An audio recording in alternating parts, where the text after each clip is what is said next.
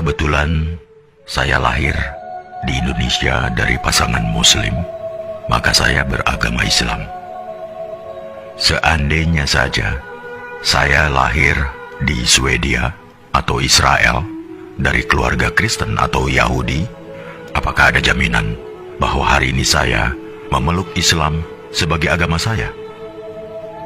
Tidak. Saya tidak bisa memilih dari mana saya akan lahir dan di mana saya akan tinggal setelah dilahirkan.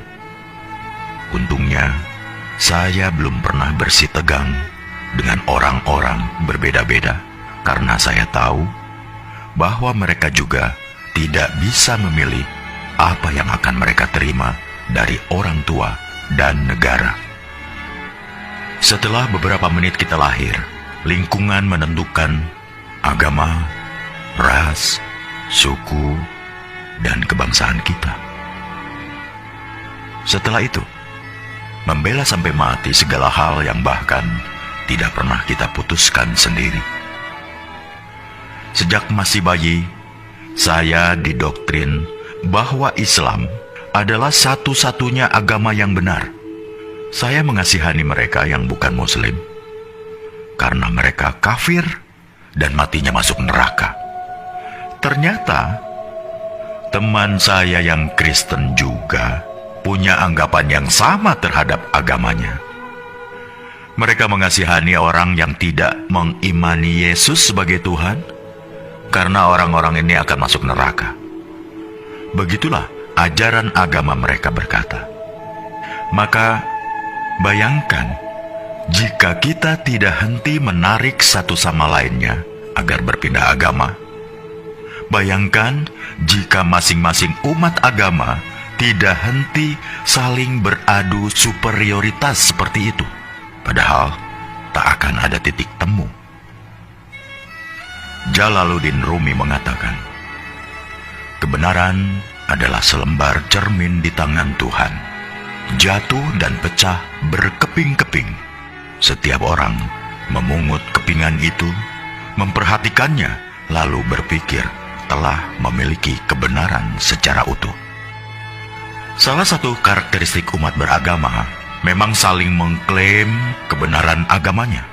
Mereka juga tidak butuh pembuktian, namanya saja iman.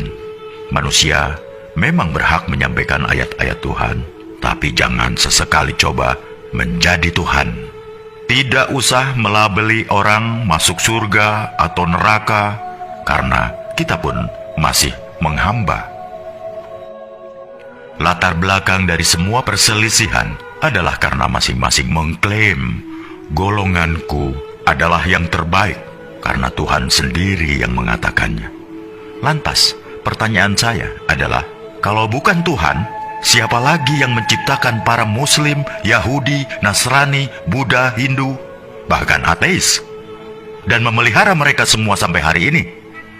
Agama apapun tidak ada yang meragukan bahwa Tuhan itu Maha Kuasa dan Maha Segala-galanya. Jika Dia mau, Dia bisa saja menjadikan kita semua sama, serupa, seagama, sebangsa, budaya yang sama. Tapi tidak kan? Apakah jika suatu negara dihuni oleh rakyat dengan agama yang sama, hal itu akan menjamin kerukunan? Tidak. Nyatanya, beberapa negara masih rusuh, juga padahal agama rakyatnya sama, budaya yang sama. Karena, jangan heran, ketika sentimen mayoritas versus minoritas masih berkuasa, maka sisi kemanusiaan kita mendadak hilang entah kemana.